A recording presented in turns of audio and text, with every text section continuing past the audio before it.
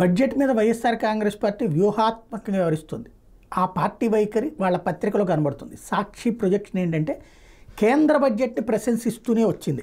నిరుద్యోగం మీద చిరుద్యోగ బాణం వేశారు, పేదలు మహిళల కోసం యువత రైతు కోసం ప్లాన్ చేశారు. అట్లాగే ఏదైతే ఇందులో యువత నైపుణ్యాభివృద్ధి ఉపాధికి 2 లక్షల కోట్లు ఇచ్చారు. నిర్మాణ ఉత్పత్తి రంగాలు భారీగా ఉపాధి అవకాశాలు ఇచ్చారు. పని ప్రాంతాల్లో చిరుద్యోగులకి ఇళ్లు కట్టడానికి డార్మెటరీలు కట్టాలని డిసైడ్ చేశారు. కొలువులో చేరే వాళ్ళకి ఇచ్చే సంస్థలకు ప్రోత్సాహకాలు అన్నారు. సర్కార్ నుంచి తొలి వేతనం గరిష్టంగా 15,000 రూపాయలు ఇవ్వడానికి రెడీ అయ్యారు. 3,000 రూపాయలు చొప్పున 2 ఏళ్ళు పీఎఫ్ చందాలు చెల్లించడానికి రెడీ అయ్యారు. వేతనజీవి కొత్త పన్ను విధానంలో కాస్త ఐటీ ఊరటిచ్చారు. దీర్ఘకాలిక మౌలిక ప్రాజెక్టులకు 11 లక్షల కోట్ల రూపాయలు ఇచ్చారు. స్వల్ప దీర్ఘకాలిక మూలధన లాభాల మీద పన్ను పెంచారు.